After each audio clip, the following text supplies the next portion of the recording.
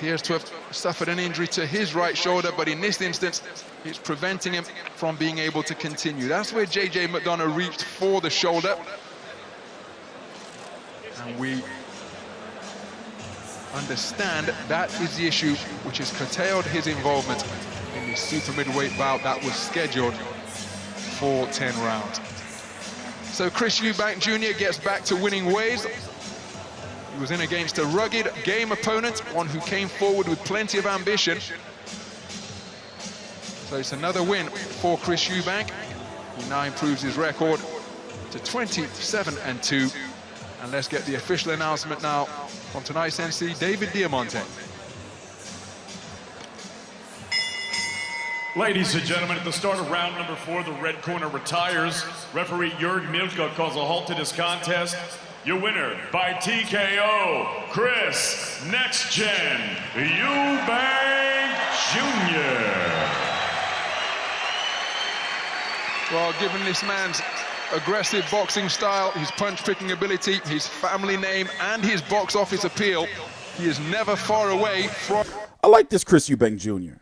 You know, he was supposed to be a replacement for, thank God nobody did get hurt, but just in case George Groves or Callum Smith got hurt, who's fighting in the main event.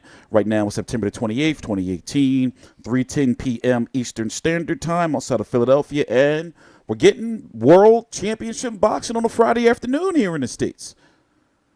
I'm TstreeT Controversy. This is TstreeT Controversy Live. So Chris Eubank Jr. is now 27-2 with 21 KOs after JJ McDonagh, after, what was that, round 3, quit. There was a bit of an awkward knockdown earlier in the fight.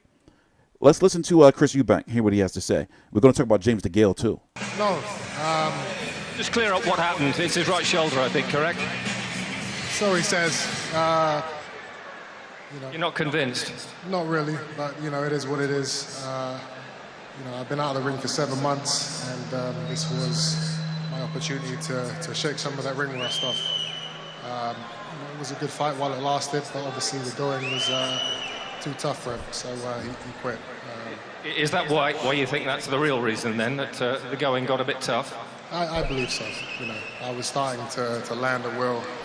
He was starting to feel my power, and, you know, it's not the first time it's happened, but at the end of the day, it's a win. It's a win. I'm back to my winning ways, and now we're looking for a big fight at the end of the year. You wanted a tune-up, obviously. You would have preferred a few more rounds.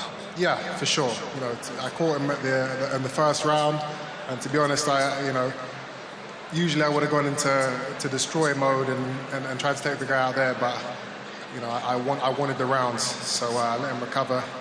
And, you know, I wanted to display some of my boxing skills. People say I can't box, people say I can't jab.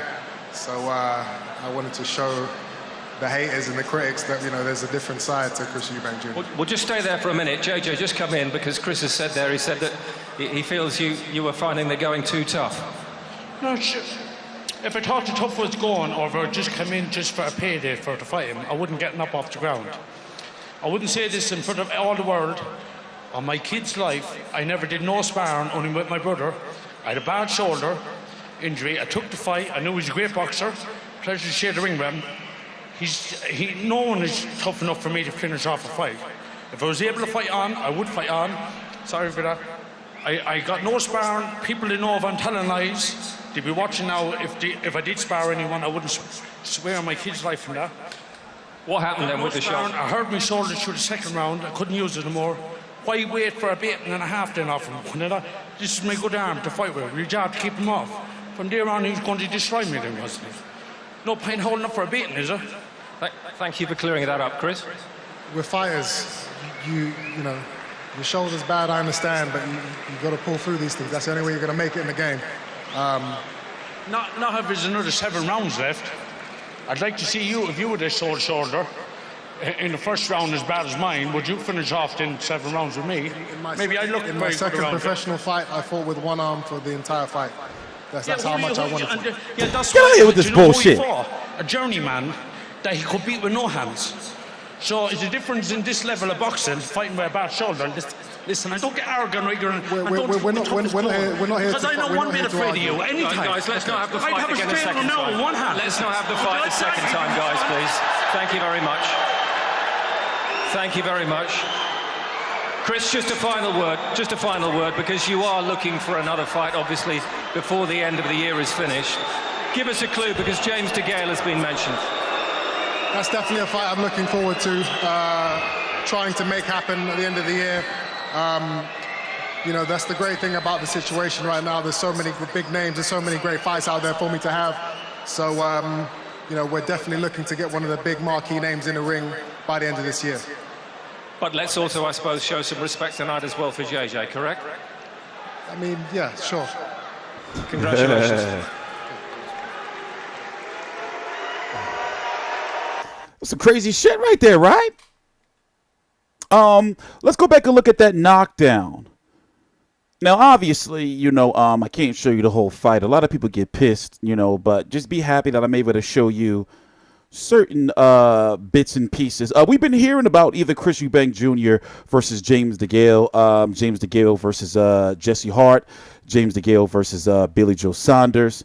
And, you know, James DeGALE dropped his IBF title because he didn't want to fight a tough, hard puncher in Jose Uzcategui, whose fights later on tonight. I'm going to be covering that fight. So I guess what I'm saying is this, you know, James DeGALE has got some shit he's got to, you know, sort out with his reputation, because a lot of fans are pissed that he would drop his title. You dig me? Hold on, I'm looking for the clip of our man here falling down on his shoulder. Like, it was a weird type knockdown. Let's see. Okay, well, here we go. So watch this. Let's see. So a fairly cagey opening round from Eubank. Watch his arm. Like where He just caught, yeah, you know what, it's a left hook from Eubank, just on the side of the head. Let's have a look at it from this angle. As McDONAGH comes forward, there it is there. So it's a sweeping shot, and it just scrambles the senses of McDONAGH there. So, you know, it was a knockdown. Let's have a look. There it is there. Just on the temple. Oh, shit. Oh! Just go a little bit there for McDONAGH. But he recovered quickly enough. But because of that, that's Eubank's round. Yeah, sweeping left hook. You would notice that Chris Eubank's father wasn't with him during this fight. Eubank Jr. said there was a statement of that his father was busy or some shit.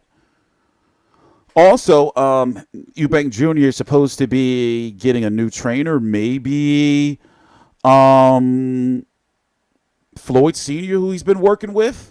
Like, overall, I know a lot of people, if you were watching the fight, if you got a chance to watch the fight, I enjoyed the way he fought, because it wasn't all that bullshit he be doing. You feel me? It wasn't no bullshit in the corner or nothing. Like, he went out there to do some business. So I did want to see this fight go the distance. Nonetheless, you know, Chris Eubank Jr. Oh, by the way, George Groves did beat Chris Eubank Jr. with a fucked up shoulder. What was that, the last round, right? But nonetheless, Chris Eubank Jr. is still very marketable, and he is ranked by the very high by the WBC, mid, you know, high by number 6 is high by the WBA, not ranked by the WBF, but he is ranked number 10 by the WBO. So, you know, this is one of those times like where it's like, okay, bro, you lost 2 fights. Yes, those 2 fights were big fights against Billy Joe Saunders. That was a crossroads fight for him and Billy Joe Saunders to see who would go on to world level, and Billy Joe Saunders did. Chris Eubank Jr. at 168 moved up to world level for George Groves. But as it stands, you know, right now, people don't see him as being like that good, you know, like a novelty type, you know, like fighter. But he's 29 years old. They're like, right now there's time, but the change has to be made if he ever wants to be world champion. So it's time for him to, you know, cut out all that bullshit that got him where he is today. It did get him where he is, you know, being marketable and all that. Why's my shit not live? But we got to get to the World Boxing Super Series final. Also, You know, I wonder what the net worth of everybody combined in that arena is. Like, you know, I'm impressed with the event. So far, I've been, you know, entertained by the fight so far. Here's the card. I watched this Quatani fight. Who was the heavyweight Egypt guy that got knocked out? Watch that one. Was another fight I had to miss. I took a shower. I think they have one more swing fight they may show or may not show. They got Prince Nassim in the ring. Anyway, I'm TstreeT Controversy. This is TstreeT Controversy Live. If we get some more news on Chris Eubank Jr. versus James DeGALE, we'll definitely talk about it. I'm TstreeT Controversy. This is TstreeT Controversy Live.